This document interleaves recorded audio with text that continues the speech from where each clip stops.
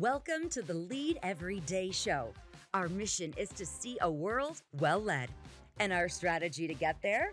To empower leaders like you to lead every day. So let's get to work. I'm excited today. It's Friday and we're heading into the weekend. Mark, are you ready for the weekend? I am ready. It's been a busy week and I'm ready as well. It's gonna be good. And I'm so grateful for you. You've been listening. You've been on this journey with us. We've been talking about building high performance teams. Mark wrote a book years ago called The Secret of Teams. If you haven't picked that up, go to leadeveryday.com and get that. Love for you to check it out. But this conversation's been so fascinating because we said there are some requirements. If you're going to build a high performance team, you got to have some things in place. Last week, really the last couple of weeks, we've talked about the importance of talent. We said that was foundational. But there's some other things. You can't just have great people on the start. You got to develop those people.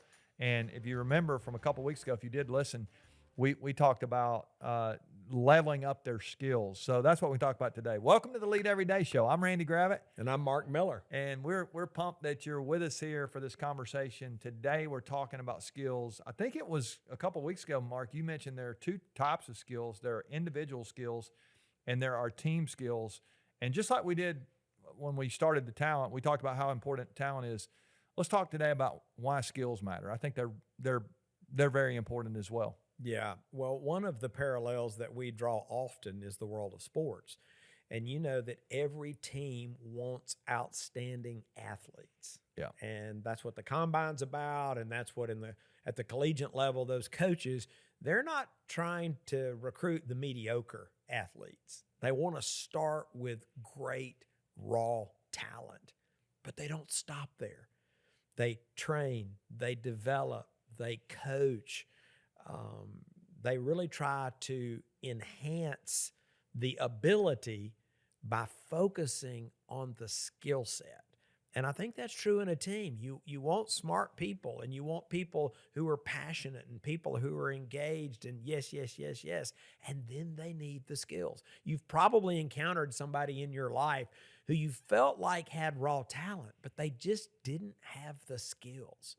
That's one of the opportunities we face when trying to build a high-performance team. Yeah, a few years ago, you put me on this book. I think it's Fourth and Goal Every Day. Fourth and Goal Every Day. It was a book about Alabama football, which was kind of maybe even this cruel deal you were doing to me. I don't know. My wife is Auburn grad, so we're not the biggest Alabama. We're not Alabama fans at all. I shouldn't even allude to that or a hint that we even care about them, But that book was pretty fascinating. One of the things they said in there, Saban's Way, and I think it was written by Phil Savage, who had been a scout with the Browns, and now was doing some radio work with Alabama when he came. And fascinating book. But the line that stuck out with me was "Big people beat up little people." That was their whole. Yeah. Well, that's kind of a strategy question. That was their strategy. And you may be listening and go, well, I don't like the sound of that. But if that's your team, then you probably do like that your team has bigger, faster people than the other teams. So we talked about talent in the last few weeks. But three-quarters of that book,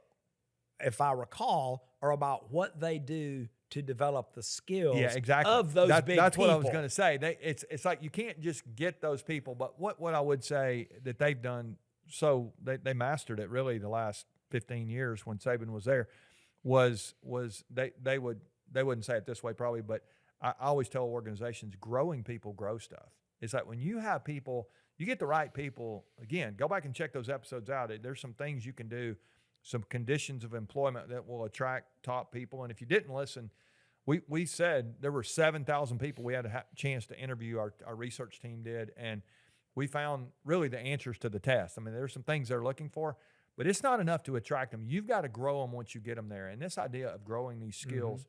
So let's give them some examples here of some individual skills versus some team skills. You said a couple of weeks ago when we started this journey talking about teams that, like a basketball team, you got individually you need to shoot and dribble and pass, and those are individual skills. Team skills, can you run a defense? Do you have sets on offense? Can you run the plays, so to speak? Mm-hmm. I think the same thing's true for our business teams. There are some individual skills that we need, but there also are some team skills. Sure. Now, we're going to dive into some things that are, I would say, requirements if you're going to have a high-performance team over the next few days when it comes to, I'll put it under the skill bucket here, but But today, let's just Yeah. broad stroke this. Yeah. So yeah. Well, let's start with the individual skills. I think you're going to want people who are pursuing mastery in their functional area. If you've got a leadership team and there's a marketing person on that team, you want that person to be skilled in marketing. If you've got an ops person or a human resources person or a logistics person, you want people to be at the top of their game and continuously learning and growing so they can stay at the top of their game.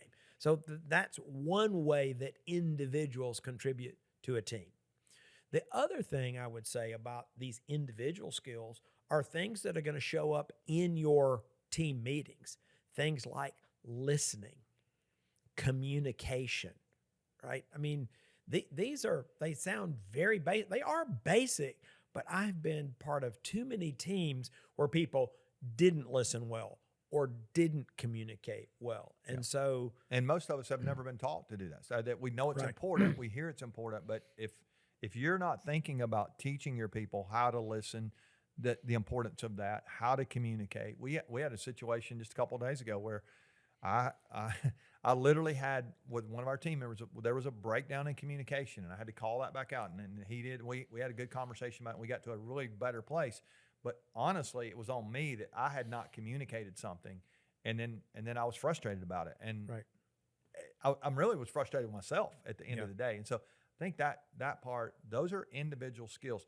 Another one that I would say goes into your meeting bucket as well is the ability to follow through. You know, if that's important to you, if you want people that follow through, you're going to have to set those expectations. And Yep. what does that mean? Do they have to respond within 24 hours, within 24 minutes? You get to decide. But if you just think they know what you're thinking, that Yeah. usually doesn't work. Yeah. So So you can make your own list of individual skills. It's how you add value and how members of your team add value as an individual. Yeah. We could list more, but Yeah, we could. let's quickly say there's some team skills. yeah, And there's another long list. Things, how do you build trust? How do you resolve conflict? How do you solve problems? How do you set goals? we'll We're we'll gonna dance get into around some of those. Some of those exactly. But those, if your team is struggling today, it could be because you've not really Right. thought about how you solve problems, and you don't have a plan, and you don't, Yeah. some of that kind of stuff. We're So, actually going to go deep over the next few days on one of those team skills is how do you have great meetings? Now, Yeah. this sounds really maybe bizarre to some of you. It sounds mundane or pedestrian, but great teams have great meetings. Yeah. I was listening to Pat Lencioni a while back, and he made the observation, if you want to know if a teacher can teach, you go to a classroom. And if you want to know if an athlete can perform, you watch them on the field. He said, if you want to know if a leader can lead, watch them in a meeting. Yeah. And I thought that was insightful. Yeah, that's So really I've good. added to that. Some of you are golfers. I'm a hacker. I'm trying to get better. You're by the working way. on it. That's good. I've hired a new coach. I But know, that's that's another good. topic for another day. Bless his heart. You bless his heart. I know. Here's what I would say. Meetings are like the short game for a golfer. Yeah. You score when you're near the green. Yeah. When you can chip it up close and you can make the putts. If you can lead a meeting, you can score as a leader. Well, I've got a friend who's an owner of a business, and he told me meetings are where we make our money. I mean, That's it's right. like, I mean, it's That's right. That's exactly And what so you're saying. we're going to spend several episodes, even though that you might categorically say, oh, that sounds like a team skill, just like some of these other things I've mentioned. Yeah. But it is so critical. And you'll get a disproportionate return if you can run good meetings. Yeah, we're going to get to that in a few days. That's I really know, good. but we're going there. I love that. Yeah. So as we land today, there are two types of skills when it comes to the people around your table. There are individual skills. Can they communicate, follow through, all that stuff. And at the end of the day, does your team behave the way a team should? We're going to give you some what we'll call essentials to or fundamentals, however you want to categorize them, to building a great team. These next few days are going to be a really great discussion. I would encourage you today to, again, if you haven't gotten the book, to go check that out. Maybe get you a copy of that. And we also have a field guide and a quick start guide for that at leadeveryday.com.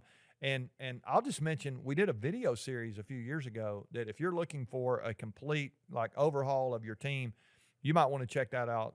The Pirates gave us the ballpark. You remember, Mark, we went up and filmed those videos, and I think that they could be helpful to your team as well. So you can get all that at leadeveryday.com. Today, I would want you to assess the skills of the people around your table. Do you have the people that you need talent-wise, or what are you doing to level them up? If you'll help them grow their skills, your team can get to that rare air of high performance that we talk about. I hope you'll continue to join us for that conversation. All right, we love you guys. Remember, the best leaders lead every day.